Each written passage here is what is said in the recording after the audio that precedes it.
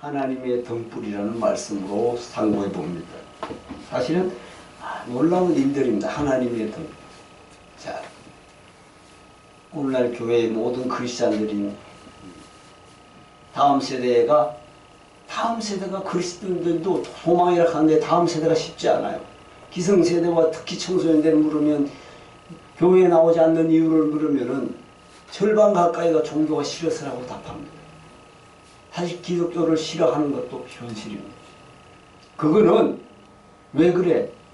뭐 엄밀히 이야기하면은 우리 종교 지도자가 잘못한 거고 한국 교회가 바르게 가지 못하는 것도 분명하다. 거기다가 코로나 전국에서는 신천지를 비롯해서 초기에 온 교회발 뉴스가 끊임없이 하니까 교회에 대해서는 아주 핍박을 하는 이런 시대를 살아갑니다. 그것도 무시할 수가 없습니다. 근데 우리가 60, 70년대 아니 80년대까지만 해도 교회 다니세요? 그거 물으면은 그게 진심으로 묻는 거였어요. 근데 지금은 교회 다니세요가 전혀 다른 내용이에요. 교회 다니면 뭘 하냐 이런 식으로 하니까 우리 자체가 하나님 예수님은 나는 세상의 빛이라 했잖아요. 그래 빛이 어둠에 와서도 어둠이 깨닫지 못하는 걸 유대인에게 말씀하는데 그 빛 대신 예수가 나한테 오면 여러분 다시 말해서 지난주에도 발광체에 있는 그 해되는 하나님의 모습은 발광체 해가 나한테 비추면 달에게 비추면 달이 다시 비추듯이 예수님 말씀에 빛 대신 말씀이 나한테 오면 내가 말씀이 나갑니다. 그것이 바로 발광체인 태양이 비쳐야만 달이 다시 빛을 내듯이 너희는 어떻게 우리가 빛을 어떻게 내라 했어요? 마태복음 5장 14절을 위하여 너희 착한 행실을 보고 네가 하나님의 자녀라면 자녀된 삶을 보고 그 자체가 전도가 될 줄로 믿습니다. 그렇게 말하고 있습니다. 그래서 1절에서 아이 사무엘이 엘리 앞에 여호와를 섬길 때에 여호와의 말씀이 희귀하여 이상이 흔히 보이지 않더라. 자, 이제 우리 한번 잘 보겠습니다. 아이 사무엘이 엘리 앞에 여호와를 섬길 때에 여호와의 말씀이 희귀하여 이상이 흔히 잘 보이지 않더라. 그럼 왜 잘 안 보이실까? 여러분 당시에는 여호와의 말씀이 들리지 않고 하나님의 역사가 보이지 않았던 시대였다. 이런 시대가 항상 그래. 지금도 우리는 그런 시대가 아닐까. 잘 생각해 보시기 바랍니다. 요때만 그런 거야. 잘 보면 엘리의 상황을 보면 알 수 있습니다. 이것은 영적 암흑기를 말씀하는 것으로 답답한 시대를 할 수 있어요. 항상 영적 암흑기가 있습니다. 2절에서 2절을 합독합니다. 시작. 엘리의 눈이 점점 어두워가 잘 보지 못하는 그때에 그가 자기 처소에 누웠고 그때 여러분 엘리의 눈이 물론 나이가 많아서 어두워. 여기서 어두운 때에 믿음이 어두워져가는 때에 이걸 말하고 있습니다. 이 말씀을 생각해 볼 때 어떤 문제가 단순히 엘리 제사장의 나이가 많아 누워있다는 말로 이걸 이해할 수가 없어요. 그러면 그때에 눈이 어두워가는 그때란 뭐냐? 여러분 영적으로 어두워져가는 그때를 설명해 주는 말씀입니다. 할렐루야. 영적으로 어두워져가는 그때 엘리의 자녀를 보죠? 보세요. 그것을 설명하는 말씀이 1절에서 여호와의 말씀이 희귀하여 이상이 흔히 보이지 않더라. 여러분 바울 사도는 항상 말씀 안에 있고 모세도 말씀 성령 하나님과 함께 동행하기 때문에 세미한 음성도 듣는 사람이야. 그런데 지금 이상이 보이지? 이상이 뭘까? 그렇다면 영적으로 어두워진 때에 이상이란 뭘 말할까요? 이상이란 사람의 생각을 초월한 하나님의 말씀을 말합니다. 모든 선지자들에게 항상 이래 후에 여호와께서 이사야에게 말씀하여 이르시되 항상 그래 안 그래?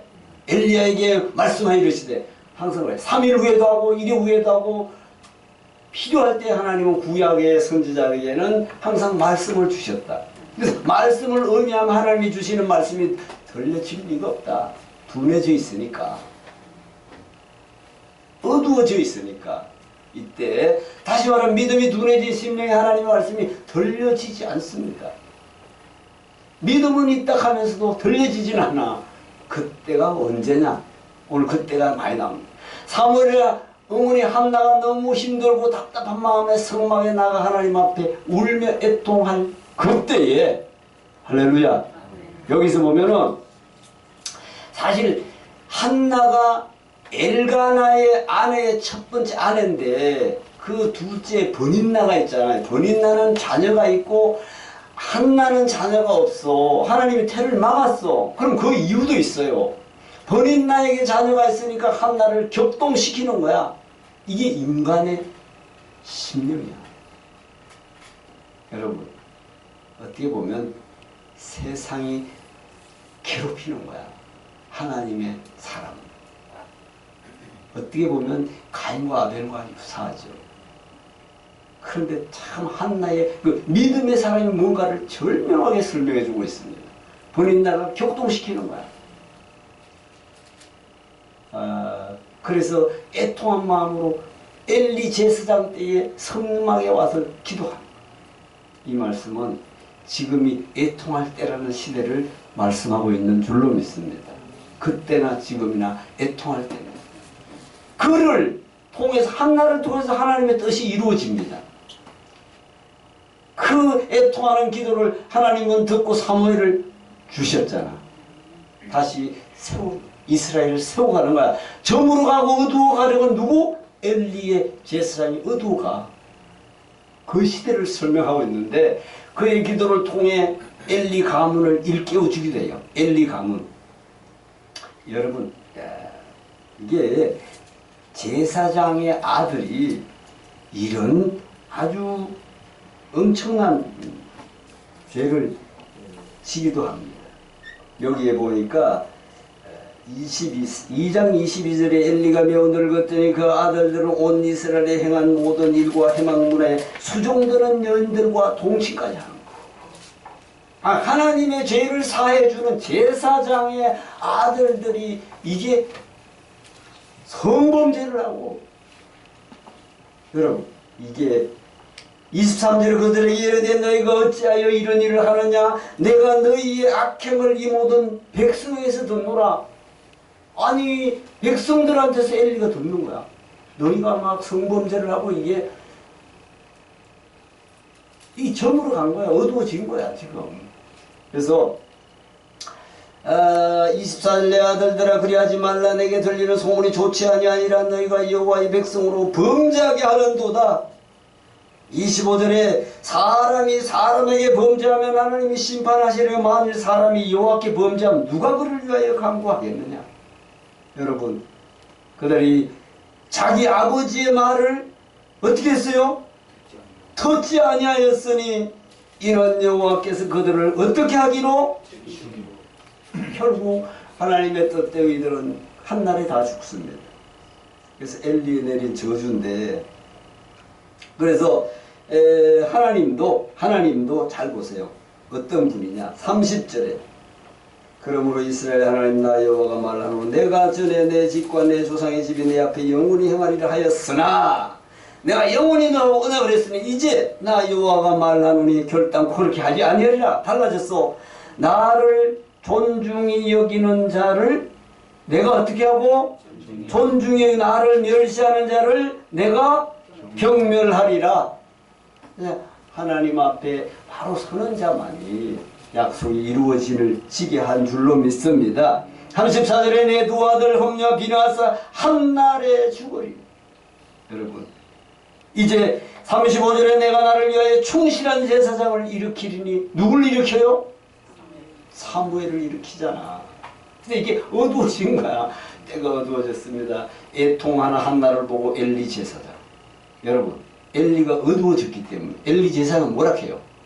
술을 끊어라. 언제까지는 술주정하겠느냐 이러고 있잖아. 이걸 보면은요. 그래서 제사장도 깨서 기도하지 않고 있으면 이렇게 됩니다. 여기에서 오판을 하는 시대를 말하고 있습니다. 엘리는 제사장이었음에도 여호와의 말씀이 들리지 않았던 시대를 말씀하고 있습니다. 이 점을 엘리 제사장이 영적으로 둔감해 있다 해도 그의 아들들은 깨어있어 영적 지도자 역할을 하도록 해야 할 터인데 이게 사람의 힘으로 또 안 돼. 그죠? 그런데 한나가 사실은 버닌나의 격동으로, 여러분, 버닌나가 격동 안 했으면 잘못하면 또 한나도 기도 안 할 수도 있어. 근데 하나님의 섭리야. 버닌나를 볼 때는요, 애굽으로 보면 안 돼. 이해가세요? 세상으로 보면 안 돼, 세상. 그로 인해서, 그래서 오늘날도 믿음이 참 여의치 않은 사람도 안고 가야 하는 목회자도 마찬가지. 그들을 위해서 기도하라고. 그렇지 않으면은 여러분 아들들을 바르게 세워야 되는데 그게 안 되잖아. 그런 의미에서 한나가 가서 기도하는데 여기 써있죠. 한나가 사실은 한나는 엘가나의 여러분 사무엘상 1장 2절에 그에게 두 아내가 있으니 한 사람 이름은 한나요 한 사람 이름은 브닌나라. 브닌나에겐 자식이 있고 한나에겐 자식이 없었더라. 여기서 시작해서 이제 많은 격동을 시키니까 8절에 보면 그의 남편 내려가나가 그에게 이르되 한나여 어찌하여 울며 어찌하여 먹지 아니하며 어찌하여 그대 마음이 슬프냐. 내가 그대에게 10아들보다 낫지 아니하냐는 거야. 내가 있는데 왜 그러냐 해도 한나는 안 됩니다. 그래서 한나가 실로에서 먹고 마신 후에 한나가 일어나니 그때 제사장에 일리는 여호와의 전 문설주 곁에 의자에 앉아 있었더라. 한나가 마음이 괴로워서 여호와 기도하고 통곡하며 애통할 때 서원했습니다. 서원. 그래서 만군의 여호와의 만일 주의 여종의 고통을 돌보시고 나를 기억하사 주의 여종을 잊지 아니하시고 주의 여종에게 아들을 주시면 내가 그의 평생에 그를 여호와께 드리고 삭도를 그물이 되지 아니하겠나이다. 이렇게 서원을 했어요. 서원한 대로 그는 젖대고 엘리 제사장에게 하나님 자녀로 맡깁니다. 그리고 나서 14절에 엘리가 그에게 이르되 내가 언제까지 취하겠느냐 포도주를 끊으라. 그때 한나가 15절 끝절에 내 심정을 통하는 것뿐입니다. 술 취한 게 아닙니다. 16절에 하반절에 나의 원통함과 격분됨이 많기 때문에 하느니라. 이렇게 해가지고 그래도 중요한 것이 있습니다. 한나가 기도하고 18절 마지막 절에 다시는 근심빛이 있더라 없더라. 여러분 기도하는 사람은 이렇게 돼야 되는 거예요. 네. 기도하면 하나님이 나와 함께 하시구나 이렇게 하시면 그대로 될 줄로 믿습니다. 그래서 그 뒤로 한나를 돌보시고 이제 6살 조금 더 돼서 이제 하나님 앞에 드리고 정말 그 마음이 보통이겠어요. 젖띠고 준다는 게. 그 뒤로 19절에 2장 19절에 그의 어머니가 매년 드리는 제사를 드리러 그 남편과 함께 올라갈 때마다 작은 옷 겉옷을 지어다가 그에게 주고 20절에 엘리가 엘가나와 그의 아내에게 축복하여 이르되 여호와께서 이 여인으로 말미암아 내게 다른 후사를 주사해 이가 여호와께 간구하여 얻어바친 아들을 대신하게 하시기를 원하노라 하였더니 그들이 자기 집으로 돌아가며 여호와께서 한나를 돌보시다 그로 하여금 임신하여 더 임신했죠. 세 아들과 두 딸을 낳게 하셨고 아이 사무엘은 여호와 앞에서 자라나니라 이렇게 말하고 있습니다.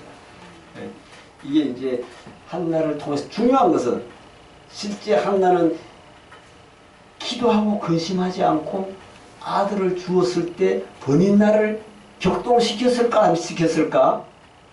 버닌나를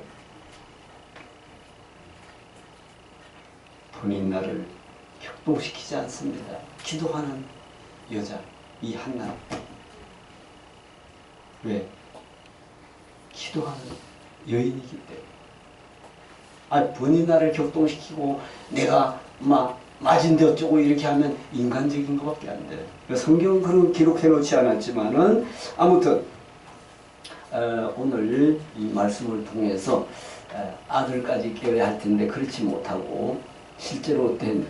오히려 성문까지 짓고 하나님 앞에 회개하지 않는 아들.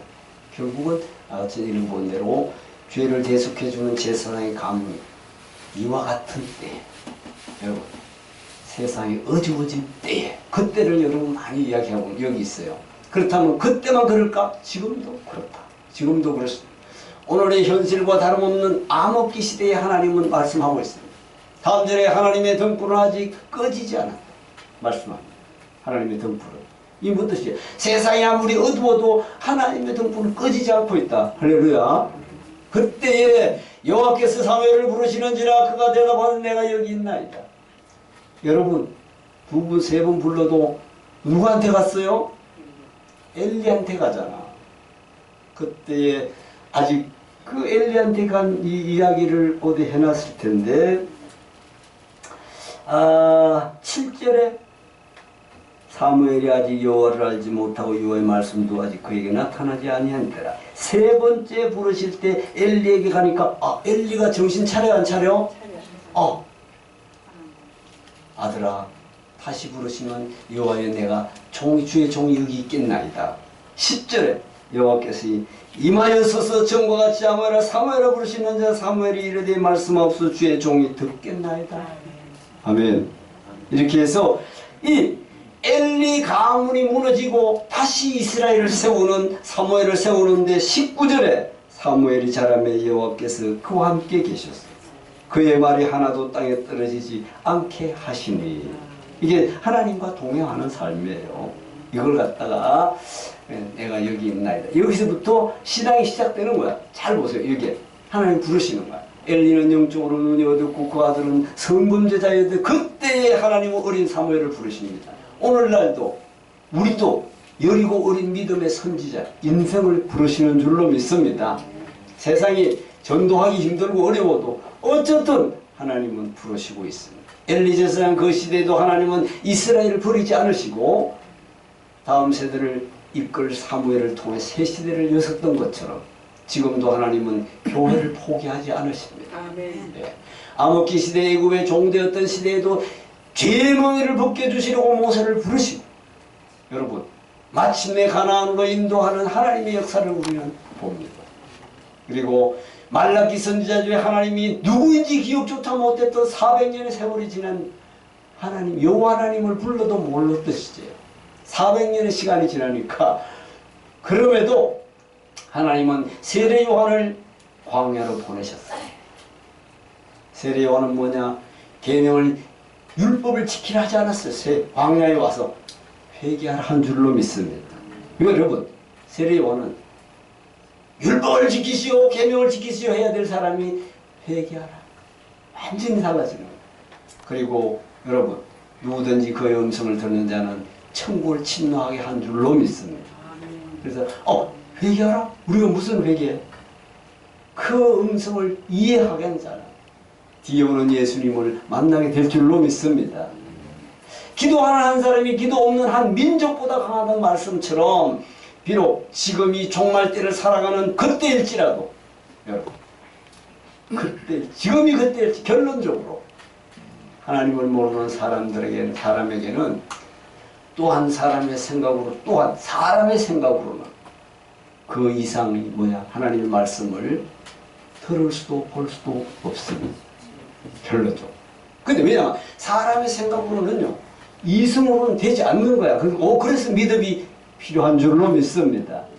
그래서 결론적이 뭐냐 지금도 깨어서 기도하는 주의 백성들을 통해서 아멘. 아멘.